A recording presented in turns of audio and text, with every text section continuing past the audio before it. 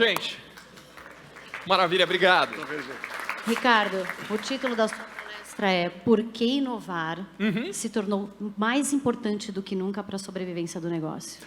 Por quê? Você vai contar para a gente? Eu pretendo contar, mas se eu tivesse que falar em uma frase, é porque as mudanças aceleraram. E quem não acelerar também vai dançar. Opa, vou Tão acelerar simples quanto isso. Acelerando do meu lado aqui, indo direto ao assunto, o que eu pretendo fazer aqui com vocês é o seguinte, é mostrar, em primeiro lugar, que sempre transformação foi a essência da vida. Aliás, mais do que da vida, do universo. Segundo lugar, por que isso está acelerando? Terceiro, vocês no meio disso. Quais são os desafios, quais são as oportunidades, como fazer acontecer. Mas o recado final que eu quero deixar é, para quem se mexer, eu estou convencido que a gente vive na era de mais oportunidade que a humanidade já viu, mas disparado. A contrapartida. Para quem não se mexer, prepare-se, você será atropelado. Indo direto ao assunto, eu queria começar mostrando o quanto sempre tudo mudou. E quando eu digo sempre, eu vou pegar desde que a Terra existe. Segundo estimativas, são 4 bilhões e 600 milhões de anos, mas esse é um número tão grande, tão fora da nossa realidade, que eu resolvi fazer de conta que o período que a Terra existe é 1 ano. Vamos trazer para algo que é uma escala mais próxima da gente. 1 ano. Então a Terra nasceu no dia 1º de janeiro, 0 hora, 0 minuto. Levou 3 meses nessa escala que eu criei, ou 1 bilhão e 100 milhões de anos, numa escala normal, para surgirem os primeiros organismos vivos na Terra. Nos primeiros 3 meses na Terra não tinha vida. Levou mais 8 meses para a vida sair da água, ou pelo menos começar a sair da água, porque anfíbio vive na água e vive fora. Dali, as coisas começam a acelerar, mas ainda devagarzinho. Lembra que tinha levado 11 meses até aqui naquela minha escala, agora levou 1 semana só, ou 90 milhões de anos, na escala normal, para a gente ter realmente animais que vivem fora d'água. Dali até surgirem os mamíferos, foram mais 5 dias, na escala que eu criei. Mais 2 semanas, ou 200 milhões de anos no tempo normal, surgem os primatas. Dos primatas para os primeiros hominídeos, foram mais 4 dias. E diga-se de passagem, eu me olho ali, eu não me acho tão parecido assim com aquele cara. 2 milhões de anos atrás, e nós, seres humanos, a gente só aparece na história nos últimos 11 minutos de 1 ano, considerando o tempo da Terra. Então a gente olha para o mundo e a gente fala, não, é assim que funciona, é com a gente. Não, a gente é um pedacinho desse tamanho no meio dessa história, praticamente nada. E mais do que isso, da nossa história, dos 100 mil anos que a gente está na Terra, os primeiros 90 mil, a gente simplesmente pegava o meio ambiente e se adaptava a ele. Nós éramos caçadores e coletores. A gente não adaptava o meio ambiente a gente. A gente começou a fazer isso só há 12 mil anos. Mais precisamente, nos 2 últimos minutos desse ano terrestre. O que significa o seguinte, gente, é muito pouco tempo que a gente começa a mudar as coisas. E depois que a gente começa, cada vez acelera mais. Os primeiros 7 mil anos desse período, a gente tinha uma única forma de transmitir conhecimento. Falar para o cara que estava do meu lado. O problema disso aqui, para quem já brincou de telefone sem fio, é que você conta uma história, o cara conta a outra, e quando você chega no final, bicho, é outro mundo completamente diferente. O que significa que a forma de transmitir conhecimento era muito limitada. Isso aqui começa a mudar quando surge a escrita, há 5 mil anos. Nos últimos 34 segundos desse ano terrestre que eu coloquei. Mas acelera quando a gente... E diga-se passagem, escrita há 5 mil anos era o seguinte, era nego escrevendo na pedra. Depois melhora um pouco, vai para o papiro. Aí um cara tem uma ideia legal. E se a gente conseguisse fazer isso de uma forma escalável? Fazer impressão. Um sujeito chamado Gutenberg, há 525 anos, cria a prensa. O resultado disso aqui é que você consegue transmitir conhecimento de uma forma mais rápida. No caso, qual era o conhecimento? O primeiro para o qual isso foi usado? Bíblia. O principal conhecimento da época. Quem era a instituição mais forte que existia? A igreja. Há 50 anos, que são só os últimos 336 milésimos daquele ano que eu comentei, surge a internet. E aí, a transmissão de conhecimento acelera de uma forma brutal. Porque hoje, a gente que está aqui, está conectado com um cara que está em Mumbai, com outro que está em Xangai, com outro que está em Nova York, com outro que está em Quixeramobim e por aí vai. A gente acha, é muito bacana aquela história de inovação, o cara vai lá, deitadão na banheira, numa boa, tem uma ideia brilhante e tudo acontece. Só esqueceram de contar o que era necessário antes dele deitar na banheira. Antes dele deitar na banheira, tinha que ter um bando de conhecimento para que de repente venha um insight, a inovação aconteça. Na hora que a gente conecta gente, ideias, no mundo inteiro, bilhões e bilhões de pessoas conectadas, o ritmo no qual essas ideias começam a se encontrar, e você pega uma primeira ideia, cruza com uma segunda e nasce uma coisa nova, acelera de uma forma que a humanidade nunca viu. Isso aqui é o primeiro fator para a inovação acelerar. Mas o segundo é que há 19 anos surge um negócio chamado nuvem. Porque até então, legal, está pipocando um monte de ideia, mas não dava para você transformar a ideia em realidade. Hoje dá, porque você tem as ideias pipocando, as tecnologias que antes eram caríssimas e só eram acessíveis para mega empresas, hoje qualquer um consegue ter acesso a tecnologias iguais, porque a nuvem barateia brutalmente o custo dessas tecnologias. E o terceiro fator, dinheiro. Fontes de financiamento cada vez se tornaram mais disponíveis, com ideias, dinheiro e tecnologias que ajudam isso a acontecer, explode inovação pelo mundo de uma forma que a humanidade nunca tinha visto. Qual é a consequência disso aqui?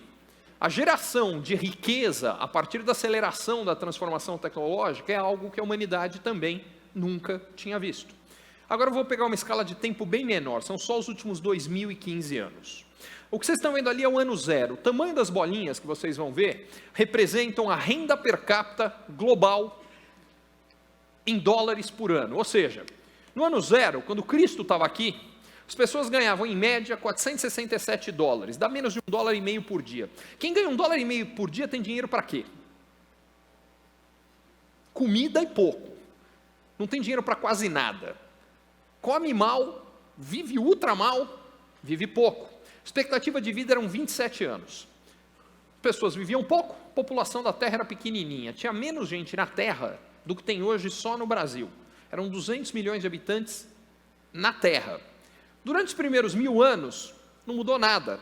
Lembra que a prensa do Gutenberg só surge aqui.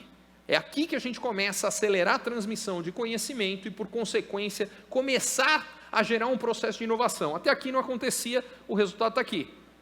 O mundo andava de lado, a população não crescia, porque ela não ganhava mais, não podia comer melhor. Começa aqui, mas acelera a partir de 1700. O que aconteceu em 1700? Surgiu a máquina a vapor, a primeira revolução industrial. Pela primeira vez, nós seres humanos não dependíamos só da força dos nossos braços ou dos animais para poder fazer as coisas se mexerem. Com as forças da natureza, usando a força da máquina a vapor, isso acelera, geração de riqueza aumenta. Com o aumento da geração de riqueza, as pessoas começam a comer mais, vê que elas estão ganhando 1,5 vezes o que elas ganhavam aqui. Comendo mais, elas começam a viver mais, a população da Terra cresce. Só que aí surge um negócio chamado eletricidade. E um outro chamado automóvel, um outro chamado avião, um chamado penicilina. E na soma disso tudo, a geração de riqueza, a transformação tecnológica acelera, as pessoas vivem mais, a população cresce. Só que aí vem a implementação para valer da era da informação. E em 15 anos, só 15 anos, a humanidade gerou mais crescimento de renda e mais aumento de tamanho de população do que em toda a história da humanidade até aí. Eu peguei os últimos 2000 anos, mas se a gente quisesse ir do ano zero para trás, daqueles 100 mil anos que existem gente no mundo, continua sendo a mesma história, porque antes disso era praticamente nada. Quer dizer o seguinte, estamos vivendo disparado na era de maior transformação tecnológica, geração de riqueza e oportunidade que a humanidade já viu.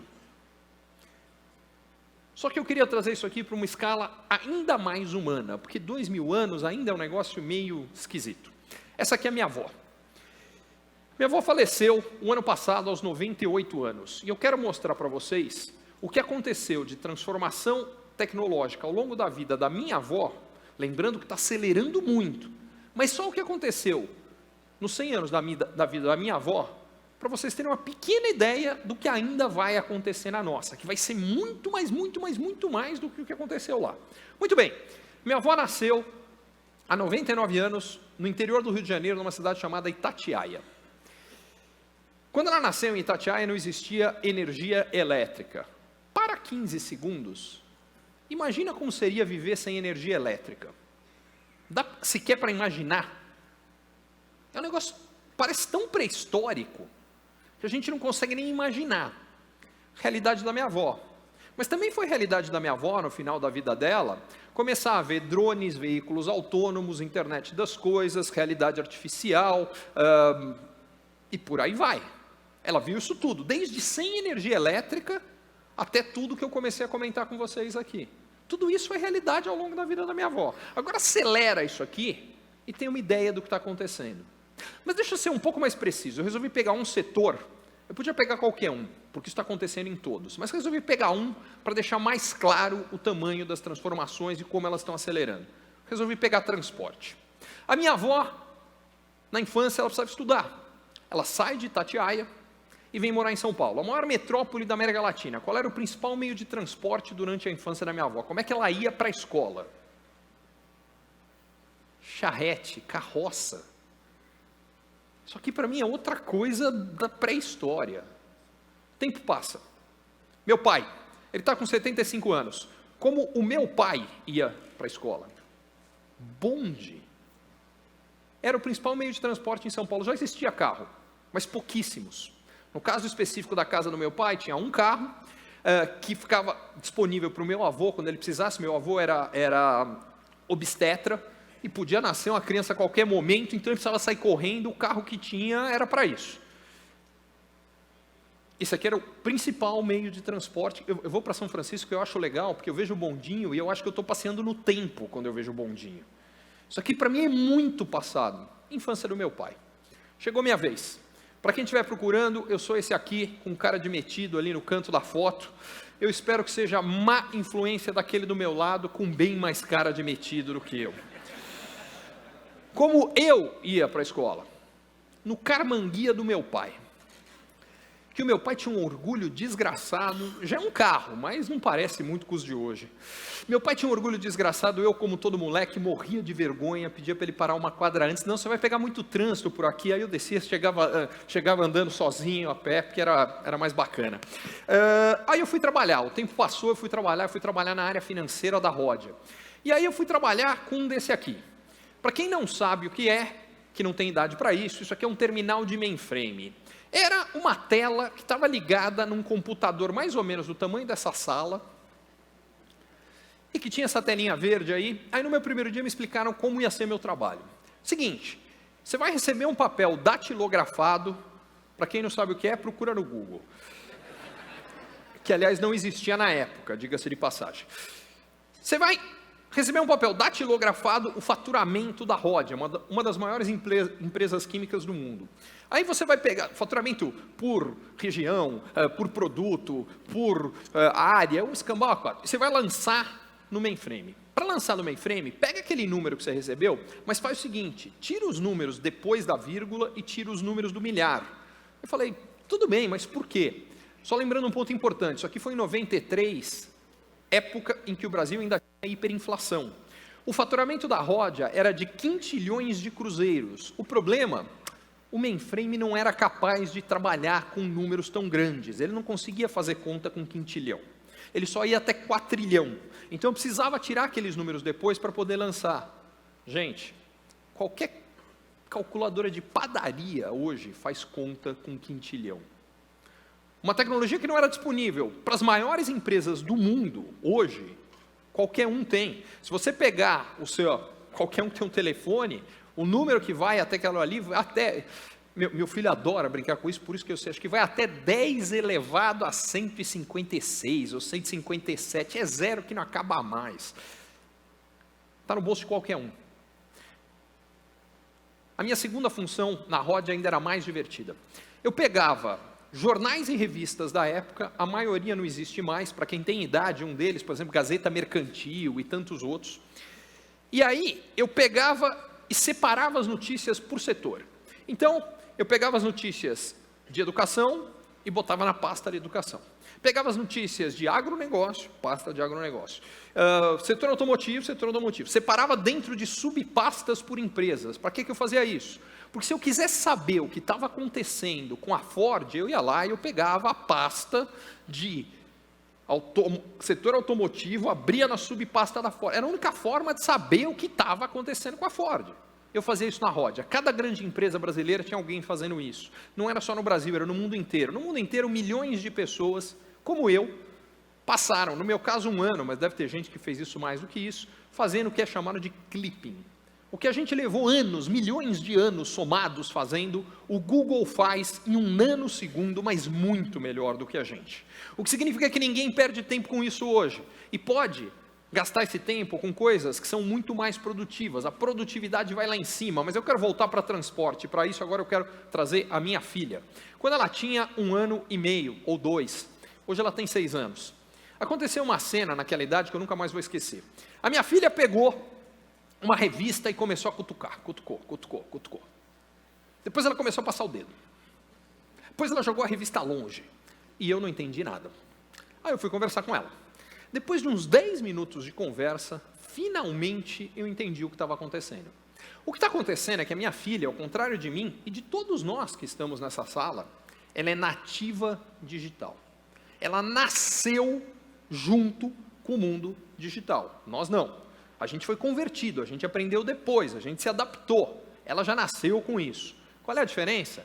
O que ela achou é que aquilo, para ela, o padrão é tela touchscreen. Você cutuca, aquilo responde. Ela cutucou. Não aconteceu nada. Essa porcaria está quebrada. Ela jogou longe.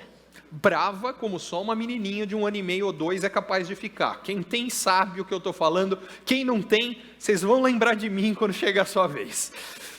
A parte importante dessa história é que eu percebi ali que quando essa molecada, que já saiu da... Porque hoje é assim, né? O moleque já sai da maternidade mexendo ali no celular. Só que não é hoje, faz 12 anos. O primeiro iPhone surgiu, já, esse ano completa 12 anos. Mais um pouquinho, essa molecada está trabalhando com a gente. Sabe o que isso significa?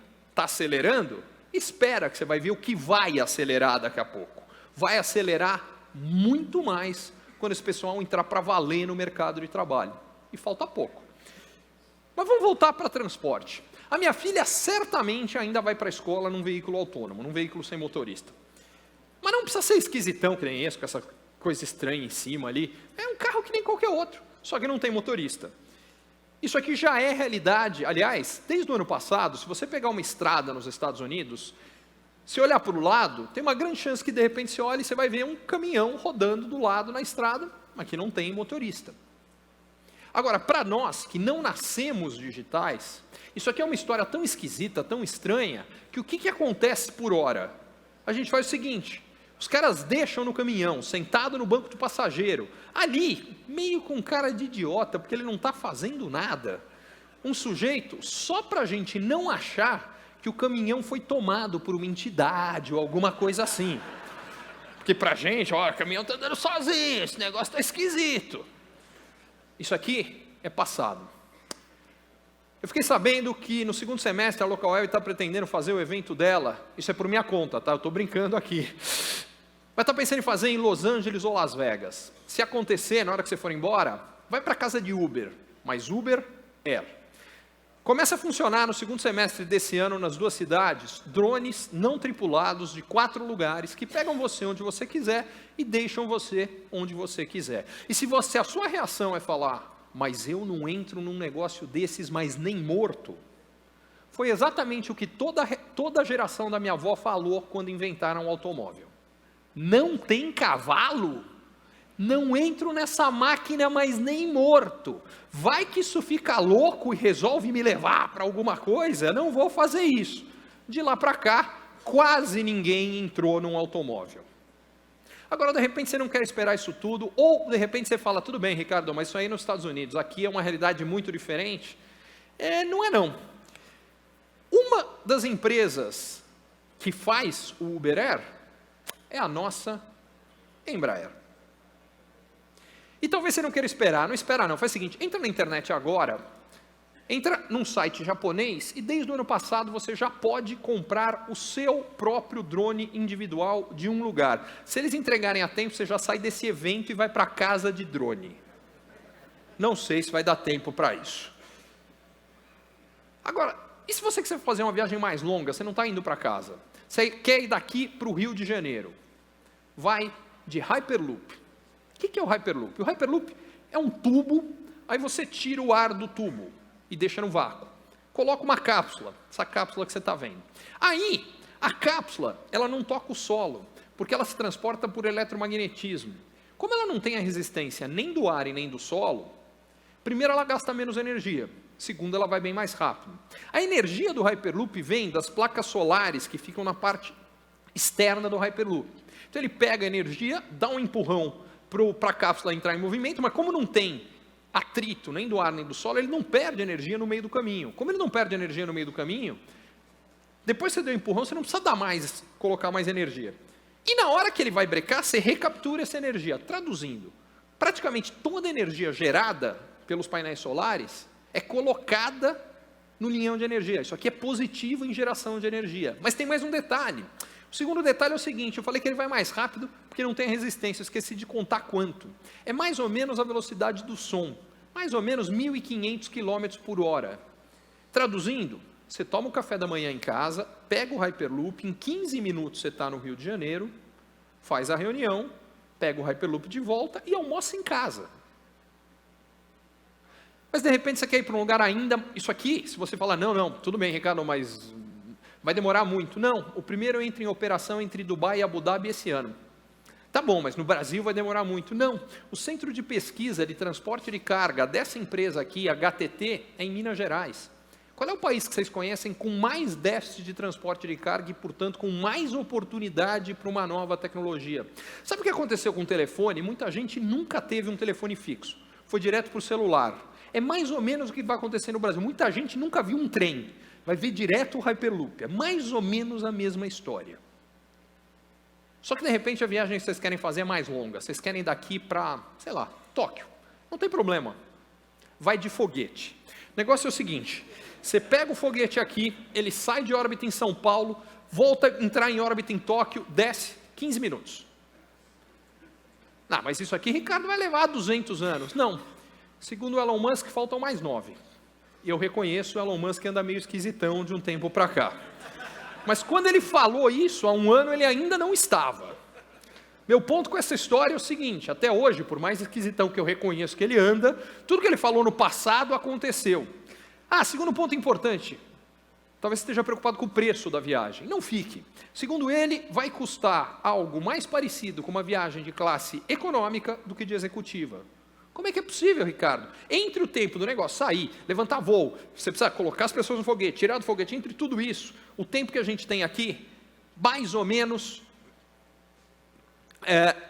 dá o tempo que o avião faz uma viagem, o foguete vai fazer 24. Resultado, custo menor, e você acaba com um custo de passagem não muito diferente de uma passagem que você tem hoje. 9 anos, gente, passa assim. Eu contei a história das mudanças da minha avó ao longo de 100. Eu só peguei um setor, eu só peguei transporte. Eu ainda não levei em consideração a acelerada que isso vai dar quando a geração digital entrar. E é isso que acontece na hora que essa molecada entrar no mercado de trabalho. Essa história aqui aconteceu nos Estados Unidos há 2 anos. Me tocou demais, porque a idade das crianças parece a dos meus filhos. É um moleque de 8 anos, uma menina de 5. Eles resolveram que queriam ir ao McDonald's. Muito bem, vamos ao McDonald's. Eu não sei onde estavam os pais. O moleque pega o tablet e digita no YouTube, como dirigir. Aí ele pega o tablet e dá o tablet com o vídeo, como dirigir para a irmã de 5 anos. Pega a chave do carro, abre o carro. A menina senta no banco do passageiro, assistindo o vídeo, como dirigir. O moleque de 8 senta no banco do motorista. A menina explica para ele como dirige. Ele dirige 2,5 km. Chega no drive-thru e faz o pedido. O cara do drive-thru toma um susto e chama a polícia. E é assim que a gente fica sabendo dessa história. Gente, agora multiplica isso aqui por centenas de milhões desses moleques entrando no mercado de trabalho e tem uma ideia do que vai acontecer. Na prática, o recado que eu quero deixar é, se você acha que está mudando rápido, você não tem ideia do que vai mudar. Segundo ponto, a gente tem que estar nisso de cabeça, e particularmente no digital. Eu quero deixar clara a importância da transformação digital. Para isso, o que eu coloquei ali são, o maior setor da economia mundial há 30 anos era o setor automotivo. As 3 maiores empresas americanas, GM, Ford e Chrysler, somadas, venderam no ano de 1990 250 bilhões de dólares. Para isso, elas empregavam 1.200.000 pessoas e elas tinham um valor de mercado somado de 36 bilhões. Uma geração depois, as 3 gigantes do mundo de tecnologia, para vender a mesma coisa, empregavam 1/10 dos funcionários. Isso aqui significa 2 coisas. A primeira, a produtividade multiplicou por 10 em uma geração. A segunda, para quem for muito bom, é o melhor dos mundos. Para quem não for, vai ficar complicado.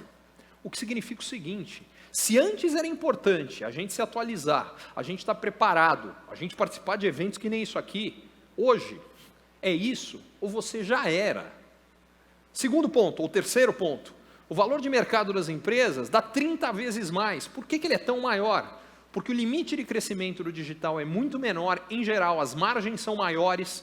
Isso aqui não parou em 2015, eu só parei aquilo em 2015 porque eu queria vendas parecidas para mostrar para vocês a diferença de produtividade e a diferença de valor de mercado. Aquilo de lá para cá só acelera. Só que tem um problema.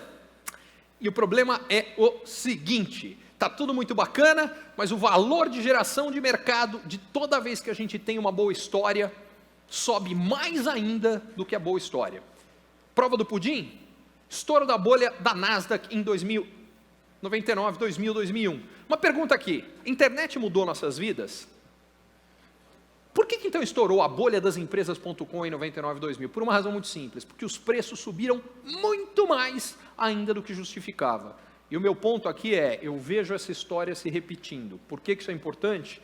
Porque eu acho que nós não estamos muito distantes, e quando eu digo não estamos muito distantes, assim, no máximo dos máximos são 3 anos, provavelmente é entre 1 e qualquer coisa, talvez não leve nenhum, mas entre 1 e 2 eu diria, é o melhor chute que eu consigo dar, vai estourar. Outra coisa pesada na bolsa lá fora, toda essa disponibilidade absurda de capital que tem para financiar tudo que está ligado à tecnologia, temporariamente some, o que significa que as empresas aí vão ter que ser lucrativas, porque quando tem dinheiro disponível, não tem problema, o negócio é crescer, crescer, crescer e não importa mais nada. Essa festa temporariamente vai acabar, e é importante isso estar no radar. Agora, isso quer dizer que tecnologia então não é tão importante? De jeito nenhum, gente, é igualzinho a história da internet. O fato de que vai estourar uma bolha não significa que a oportunidade não é gigante. E o Brasil tem que entrar de cabeça nisso aqui. Para deixar isso claro, valor de mercado da Apple, primeira empresa que passou de $1 trilhão de valor de mercado, como ele evoluiu nos últimos 10 anos. E o da Amazon, que cresceu ainda mais rápido, a segunda. Aliás, semana passada a Microsoft foi a terceira. Mas onde eu queria chegar? Soma o valor das duas e os números impressionam, principalmente se a gente comparar com o PIB brasileiro. Gente, o Brasil tem que entrar de cabeça. Não dá para ficar parado. Isso aqui, por outro lado, significa que a oportunidade no Brasil, exatamente porque a gente está atrasado, é muito maior do que em vários outros mercados. Como eu dizia antes, tem uma bolha que qualquer hora vai estourar nos Estados Unidos, isso aqui é o valor de mercado das empresas americanas, dividido pela lucratividade ao longo de todo o ciclo econômico, que é um dos vários indicadores que eu olho, e estamos no segundo momento que a Bolsa Americana ficou mais cara nos últimos 120 anos.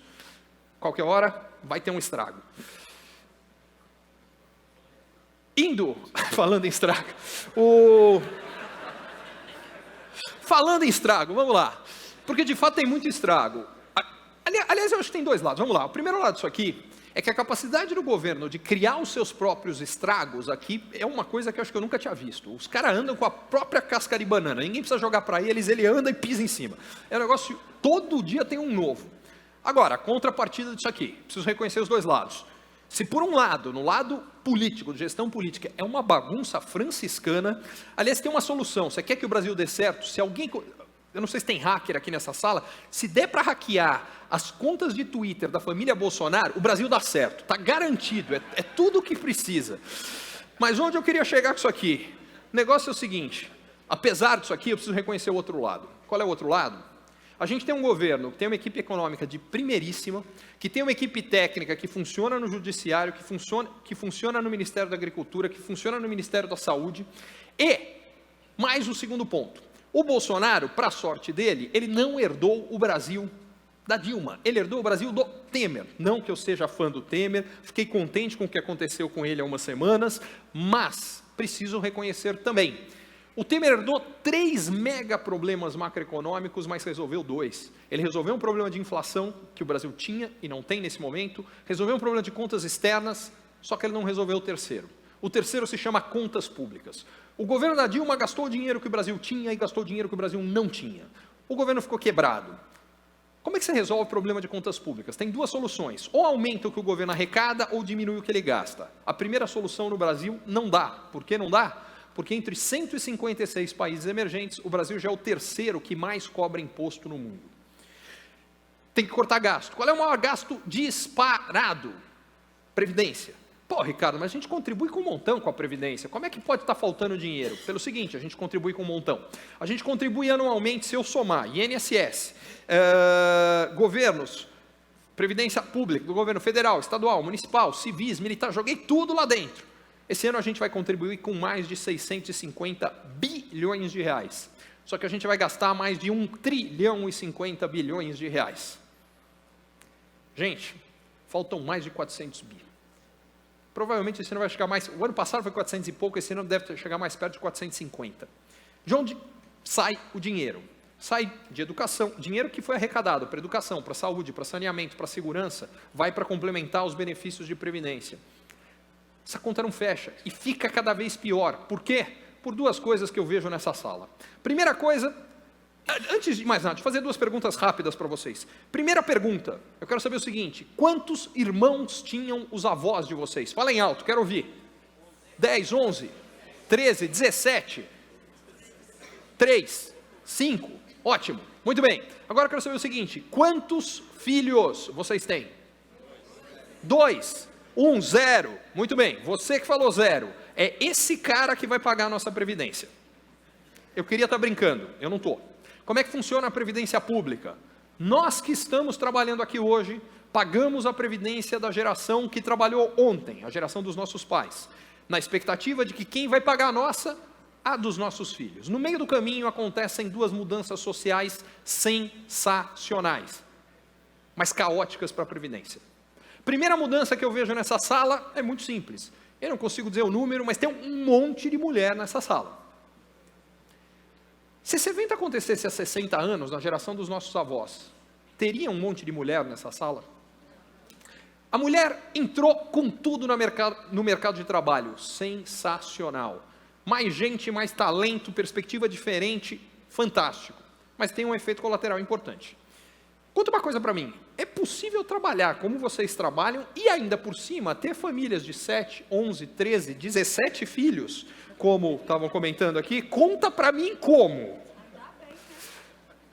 Moral da história, número de filhos por família despenca. Não tem problema nenhum, mas para a Previdência tem. Quando criaram a Previdência Pública há 60 anos, o número médio de filhos por família era 8, hoje é 2. Só quando criaram há 60 anos, só quem trabalhava e se aposentava, normalmente, claro que há exceções, mas na maioria das famílias, era o homem da família. O que significa que tinha um beneficiário para 8 que trabalhavam para pagar aquele benefício. Hoje tem 2 para pagar 2. Só que só fica pior. Tem um segundo detalhe. O segundo detalhe é que a expectativa de vida cresceu absurdamente. É o que eu falei, os meus avós já estão vivendo 100 anos, imagina a gente. Significa que quando o cara se aposentava lá atrás, na média, ele recebia o benefício por mais 8 anos. Atualmente, ele está recebendo por 17,5. Eu tenho 48 anos, a projeção é que quando eu tiver 65, expectativa de vida depois de começar a receber o benefício são mais 25. Só que para piorar, o número de filhos por família continua caindo. Será que de fato esse cara, que aí não vão ser mais 2, vai ser 1, vai trabalhar 25 anos só para pagar a minha aposentadoria? Gente, ou a gente muda a regra, ou a nossa geração que está aqui trabalhando hoje, quando chegar a nossa vez de receber, sabe o que acontece? Acabou. A gente não vai receber. É tão simples quanto isso. Mas é mais grave que isso. Porque como a gente tira hoje o dinheiro que devia ir para a educação, o que a gente está fazendo é que a gente está condenando o Brasil a ter uma geração de ignorantes. E o resultado desse processo é que esse bando de ignorante não gera riqueza lá na frente para conseguir pagar a gente. Eu entendo que ninguém gosta da ideia de reforma da Previdência, aliás, nem eu. Afinal de contas, falaram que, eu contribuí e eu vou receber. Só tem um problema, mentiram para a gente. A conta não fecha. E tem um segundo grande problema, e aí eu concordo com todo mundo. A reforma que está aí, ela vai na direção certa, mas ela não está nem perto do ideal. Porque o ideal é o seguinte, tinha que ter a mesma regra de contribuição e previdência para absolutamente todos os brasileiros. Esse é o grande absurdo pelo qual a gente devia estar lutando. A gente não devia estar lutando, que tem muita gente que está, não pode fazer reforma da Previdência. Se não fizer reforma da Previdência, nós estamos ferrados. O que a gente devia estar lutando é para fazer a reforma certa, que é, a partir de agora, todo mundo contribui e recebe igual. E diga-se de passagem, isso deveria valer inclusive para as aposentadorias que são absolutamente insustentáveis, os caras não pagaram o suficiente para receber o que recebem dos que já estão aposentados. Mas você pode imaginar o tamanho do quiprocó político de fazer isso. É por isso que eles foram num outro caminho. Mas o meu ponto com essa história toda é o seguinte, se passar a reforma da Previdência, eu acredito que vai, apesar da bagunça toda do governo, porque se não, é binário. Se passar, a economia brasileira vai fazer assim, eu vou explicar por quê. Se ela não passar, ela vai fazer assim. Só que se ela fizer assim, antes de mais nada, por que está tendo tanta briga do Bolsonaro com o Congresso? Alguma surpresa? Para mim, zero. Passo para trás. Bolsonaro foi eleito com o seguinte discurso. Agora mudou. O negócio é o seguinte, toma lá da cá, não tem mais não. Eu mando, os caras fazem. Acabou. Sei. Faltou combinar com os russos. Porque para pensar comigo o seguinte, se não fizer a reforma da Previdência, o Brasil vai ter uma crise fiscal. O que significa isso? Vai faltar dinheiro. Hoje já, este ano, está no Estadão de hoje para quem quiser conferir. Faltam 250 bilhões de reais para pagar os benefícios do INSS. Se o governo não aprovar, se o Congresso não aprovar um aumento de custo, os aposentados já não vão receber os benefícios este ano. Mas muito bem, só que vai piorando ano a ano pelo aquele processo de aumento de expectativa de vida e queda de taxa de natalidade. A parte importante dessa história é o seguinte, gente. Se não passar, a chance de reeleição do Bolsonaro é zero. Porque o que vai acontecer é o seguinte, o Brasil vai ter uma crise fiscal, vai ter outra crise econômica, e aí, não é que o Bolsonaro não vai ser reeleito, muito provavelmente ele não chega nem no final do mandato. O Congresso sabe disso. O que o Congresso faz? Fala, peraí, não vou passar isso não. Aí vira o caos, vira o medo, o Bolsonaro fala, vamos sentar para conversar. Aí no dia seguinte vai acontecer de novo. Isso aqui vai ser um toma lá da cá o tempo inteiro, porque o Congresso está na posição que ele sabe que o Bolsonaro precisa dele. Só que no final das contas, o Congresso precisa passar a reforma por uma razão muito simples. Não é só o Bolsonaro que vai dançar se não passar. Os congressistas vão dançar juntos. Qualquer dúvida, dá uma conferida no que aconteceu com o Cunha. A Dilma caiu, impeachment da Dilma. O Cunha está em cana.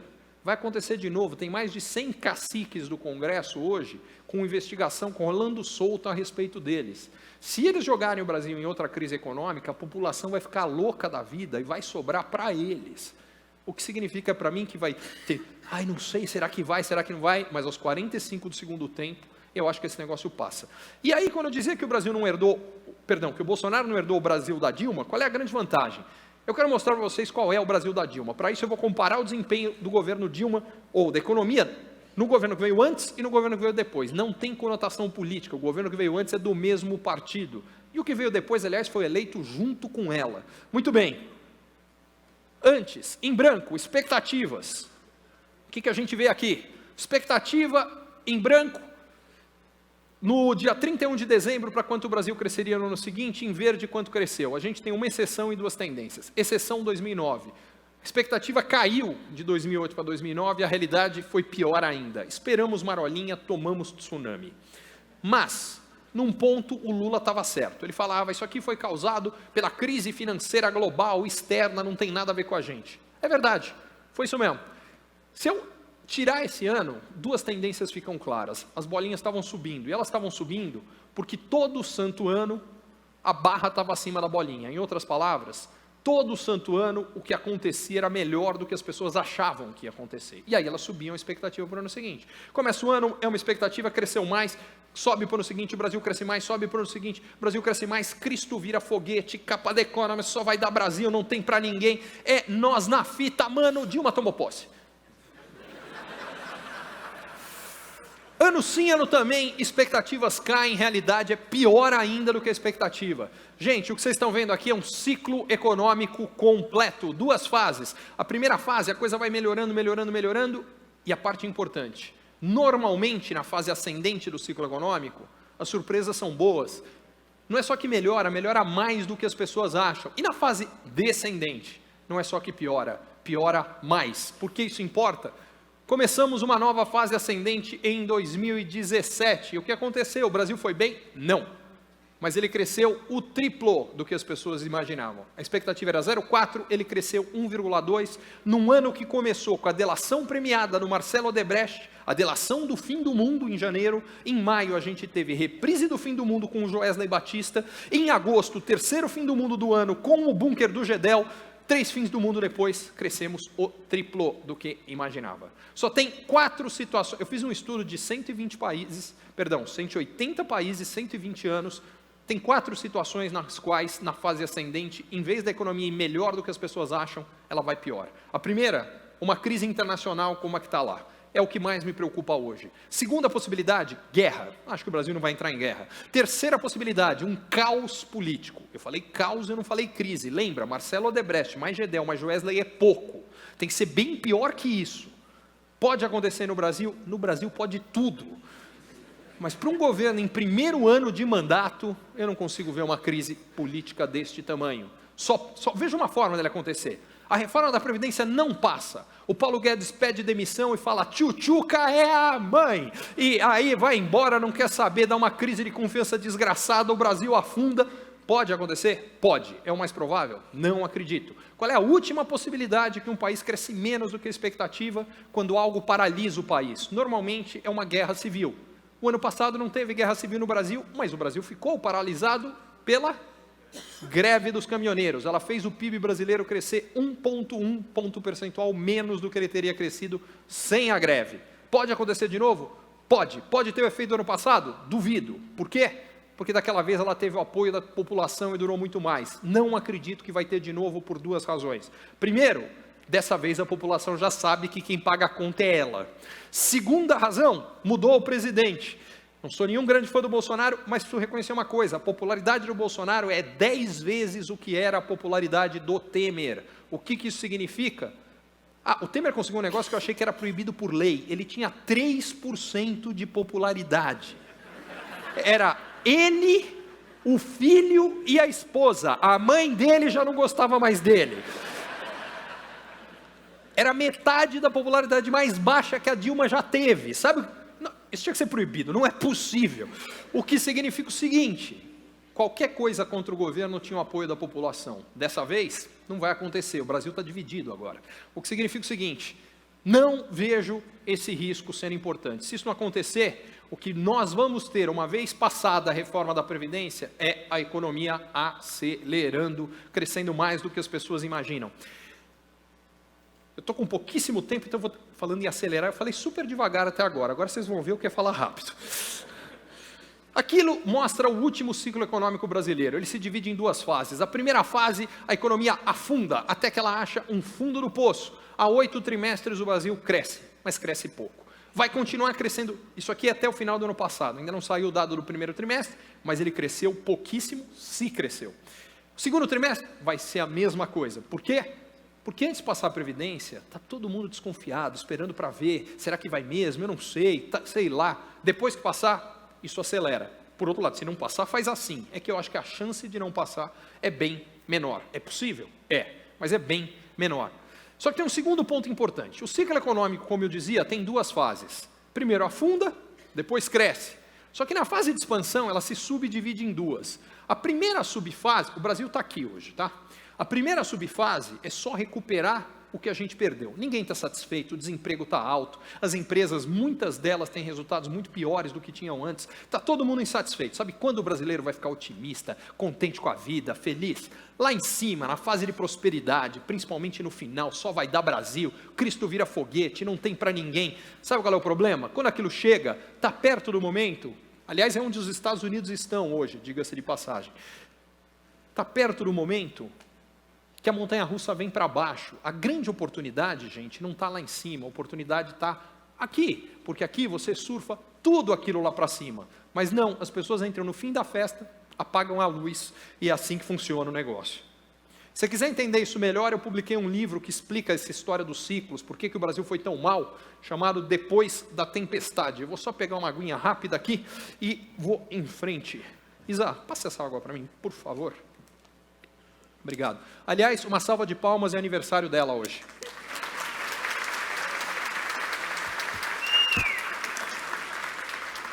Obrigado, duplo. Indo em frente, economia, a água é basicamente o combustível da minha voz. O da economia se chama confiança. Sem confiança, as pessoas não gastam. Porque ela fala assim, pô, vai que eu vou perder o emprego. Imagina o seguinte, ó, vocês não estão vendo aqui, mas aqui em cima antes, tinham meia dúzia de cadeiras. Sabe por que tiraram? Porque os 6 caras que iam usar as cadeiras foram demitidos.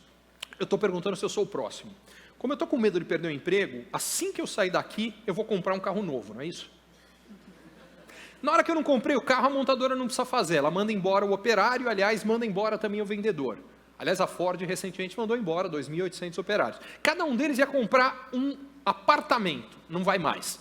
O operário que ia construir perdeu o emprego e o corretor perdeu o emprego. Cada um ia comprar uma televisão. Não, acho que já deu para entender, né? Confiança para baixo, a economia faz tibum. Confiança para cima, a economia vai lá para cima.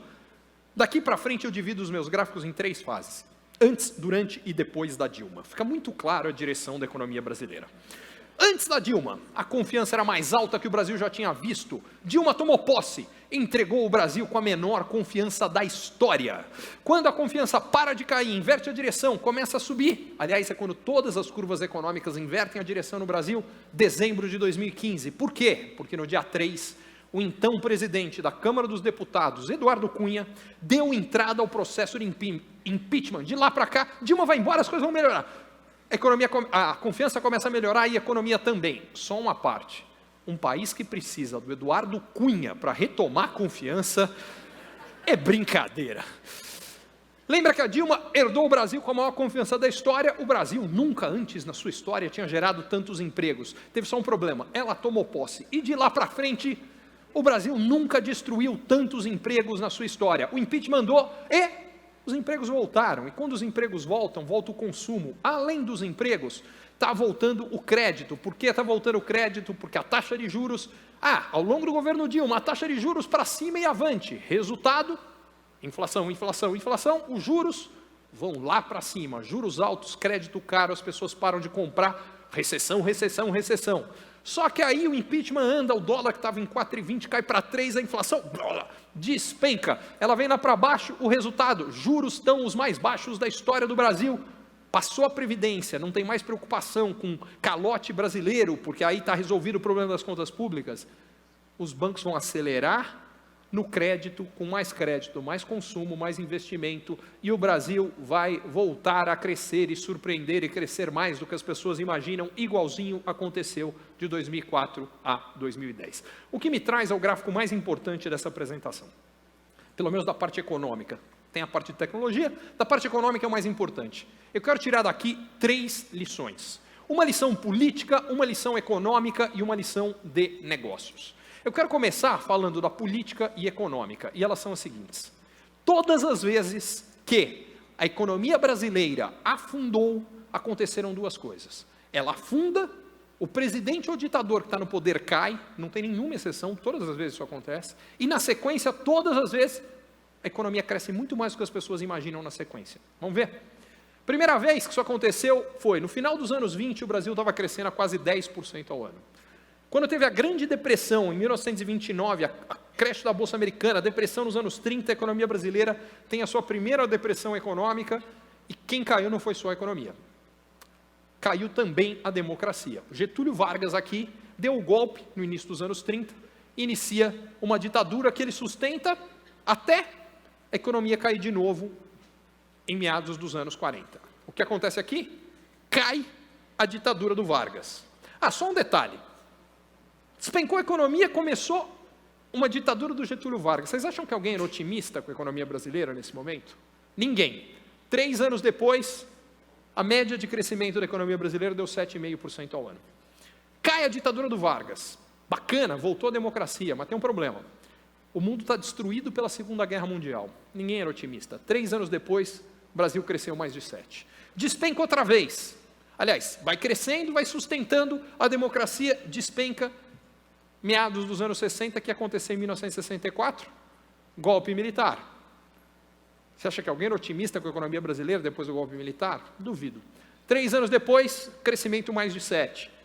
Vai crescendo e a ditadura vai sendo sustentada. Despenca o crescimento, o que acontece com a ditadura? Adeus ditadura, volta a democracia. Só que o Brasil está com hiperinflação e crise de dívida externa, está quebrado. Apesar disso tudo, 3 anos depois, média de crescimento 7,5%. O negócio é o seguinte, gente, até o final dos anos 60 eu não era nem vivo, anos 70 eu era criança, não dá para lembrar, anos 80 economia não lembro quase nada, anos 90 eu começo a lembrar. Anos Collor. Tem 2 coisas da economia brasileira que por pelo menos mais 10 mil anos, o mundo inteiro deveria estudar. São os anos Dilma e o plano Collor. Nada fazia sentido. Resultado, a inflação no plano Collor bate 88% ao mês, o Brasil está quebrado, corrupção comendo solto, economia afunda, cai o presidente, acontece o quê? A regra é clara, assume o vice do MDB. Na época, o vice do MDB, Itamar Franco. Para quem lembra, qual era o grande projeto do Itamar para o Brasil? Fusca! E isso porque eu peguei leve com o homem, porque o que realmente marcou o governo Itamar foi o carnaval e a fogueteira. Com o carnaval e fogueteira e tudo, 3 anos depois, a média de crescimento do Brasil deu mais de 5%. Qual é o recado que eu quero deixar aqui? Quantas pessoas acham que o Brasil vai crescer nos próximos anos? 2, 2,5 nos próximos 3 anos. Quanto foi o mínimo que o Brasil cresceu nos 3 anos na sequência de graves crises econômicas? 5. Só tem 3 possibilidades. O que pode acontecer que faça com que o crescimento do Brasil seja parecido com o que as pessoas estão achando que vai ser? Lembra que eu falei que vai ter uma crise financeira nos Estados Unidos em algum momento nos próximos 3 anos? Aquilo ali tem que gerar a pior crise da história do capitalismo. Menos que isso, a gente não vai crescer tão pouco na média dos próximos 3 anos. Como é que eu sei? A segunda pior crise econômica da história do capitalismo aconteceu em 2008. 2009 o Brasil não cresceu nada por conta dela. Só que em 2010 a gente cresceu 7,5%, 2011 4%. Na média, 4%. Estão achando que vai crescer metade. Pode ser que cresça até menos que os dois, pode. Mas para isso o Bolsonaro vai ter que se provar tão incompetente quanto a Dilma. É possível? Tudo na vida é possível, ainda mais no Brasil. Mas requer uma dose de esforço muito grande. Tem que estocar vento, tem que fazer um monte de coisa que é complicada. O que significa o seguinte: a primeira possibilidade, o Brasil crescer 2, 2,5 é possível? É, mas não é provável. O Brasil crescer até menos do que isso é possível? É, mas não é provável. Só sobrou uma possibilidade, que é o que aconteceu todas as vezes nos últimos 120 anos. O Brasil vai crescer mais do que as pessoas estão achando, talvez, muito mais. Se isso aqui é verdade, me traz a terceira e mais importante conclusão que eu queria tirar desse gráfico. Se de fato o Brasil vai crescer mais, está todo mundo achando, a gente está na fase de mais oportunidade que tem. Sabe qual é? O futuro vai ser muito melhor, mas ninguém acredita. Está todo mundo desconfiado, não pode ser, olha o que aconteceu com o Brasil. Sabe por que funciona assim? Porque depois que as coisas ficaram boas, sabe o que acontece? A oportunidade já passou. Isso aqui é consequência do famoso efeito paletas mexicanas. Como é que é o efeito paletas mexicanas? Ele funciona assim. Um cara um dia teve uma ideia genial, brilhante, um negócio como ninguém pensou nisso antes. Eu vou pegar o picolé, eu vou encher de leite condensado. E eu vou cobrar por cada picolé o preço de 10 picolés. Brilhante. Não, Ricardo, que brilhante, isso aqui não vai dar certo, não pode dar certo. Ninguém vai pagar, isso não vai dar em nada. Pagaram. Deu certo. O cara ficou rico. Lembra, o cara ficou rico, você não ficou. Como é que você está se sentindo nessa hora? Começa a ter um negócio que aperta do lado esquerdo do peito, começa a corroer por dentro, é um negócio horroroso, é a mais humana de todas as emoções. Chama inveja. É um negócio horrível, forte, é uma coisa péssima. Você fala, peraí, como é que esse cara ficou rico? Eu também quero. Vendendo paleta? Também vou. Um ano depois que o primeiro cara montou uma paleteria, tinham 6 cadeias de paleteria no Brasil. 2 anos depois, elas eram 200. 3 anos depois, elas eram 600. 4 anos depois, eram 1.200 cadeias de paleteria. No 5º ano, você fala, vai dar tudo errado. O seu vizinho montou uma paleteria. Ele não entende nada de paleta. Aliás, nem de negócio. Não pode dar certo. 6º ano, deu problema. Mas não era o problema que você estava imaginando. O problema no 6º ano é que o seu vizinho ficou rico. Como é que você está se sentindo nessa hora que até a besta quadrada do seu vizinho ficou rico vendendo paleta? O que você faz nessa hora? Monta a paleteria. O que acontece 6 meses depois? Quebra! Alguma semelhança com investimentos em criptomoedas? Não tem nada errado com paleta, nem com criptomoeda, aliás, nem com ação, nem com imóvel, só que as pessoas investem na coisa errada, na hora errada. Sabe quando as pessoas investem? Faz 5, 6, 7, 8 anos que aquilo está indo bem, está subindo, ficando cada vez mais... Aí todo mundo quer entrar. Criptomoeda é o melhor exemplo que eu já vi. Surge o Bitcoin há 10 anos, os primeiros 5 anos, ninguém nunca me perguntou nem o que era Bitcoin. Nesses 5 anos, ele foi de 1 centavo para $100. Ele multiplicou por 10 mil o preço do Bitcoin. Ninguém nem quis saber nem o que é. 5 anos atrás, começam a me perguntar o que é esse negócio de Bitcoin. Mas ninguém falava em investir, é só o que é, como é que funciona, por que surgiu, por moeda, mas espera aí, qual é o lastro, mas não tem governo por trás, como é que funciona, mineração. Legal. Aí ele vai de 100 para 1000. Isso há 3, 4 anos atrás. Aí o pessoal começa a falar, tô de olho nesse negócio, acho que pode ser uma boa oportunidade de investimento, não sei lá. Final de 2017 ele está em $20 mil cada Bitcoin. Eu não conseguia andar na rua sem alguém me puxar pelo braço e falar, você não é aquele cara do Manhattan Connection? É o seguinte, o meu primo, o meu advogado, o motorista do Uber, o meu cachorro, alguém investiu em Bitcoin, aquilo subiu muito. Eu estou pensando em vender a minha casa e o meu carro, colocar tudo em Bitcoin, o que você acha? A minha pergunta era sempre a mesma, eu falava, peraí, me conta uma coisa, está valendo $20 mil, há 3 anos ele valia 1.000, quando estava 3 anos a 1.000, você investiu em Bitcoin? Ricardo, investir em Bitcoin há 3 anos era muito arriscado. Deixa eu ver se eu entendi. A $1.000 era muito arriscado. A $20 mil é o melhor negócio do mundo.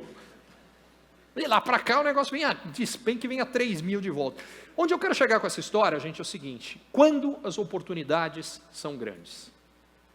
Depois de crises grandes. Não fica melhor de oportunidade do que depois da Dilma destruir o país. Não fica melhor que isso. Pode parecer bobagem, mas o quanto eu acredito nisso aqui, como eu estou com o tempo estourado, eu vou parar por aqui, mas eu quero deixar só... Eu preciso deixar 2 recadinhos aqui. Primeiro deles, vim aqui falar tudo isso, é muito fácil, mas o quanto eu acredito nisso aqui, em 2017, ano de Marcelo Odebrecht, Joesley, Gedel, além da empresa que eu tinha, eu montei mais 2. É o quanto eu acredito nessa oportunidade. Se alguém quiser conferir o que elas fazem, uma delas chama aaainovação.com.br e ela conta todo o processo de transformação exatamente para estimular mais e mais inovação no mundo. A segunda empresa chama Smart Trips e ela ajuda as empresas a reduzirem custo com viagens. Se vocês quiserem conferir, mas a minha razão não é simplesmente deixar claro o quanto eu acredito na oportunidade. Por que eu fiz em 2017? Lembra que o fundo do buraco foi dezembro de 2015. Só que eu não sabia aquilo com certeza na época. Deixei passar mais um ano, para mim estava claro que já ficou para trás. A questão é, quanto mais a gente esperar, porque a maioria sabe quando eles vão ficar com venda? Daqui a 5 anos, 6 anos. Quando isso acontecer, aliás, tem uma dica boa, quando os brasileiros que foram embora começarem a voltar para o Brasil, bota as barbas de molho, está perto da próxima crise, é assim que funciona. A parte importante desse negócio aqui legal, então o que eu falei aqui hoje? Estamos vivendo a maior transformação tecnológica da história, isso gera um monte de oportunidade, particularmente no que envolve tecnologia. Aliás, eu não sou um cara de tecnologia, mas as duas empresas que eu montei são muito focadas em uso de tecnologia, porque hoje a tecnologia pode alavancar coisas de uma forma que não dava antes.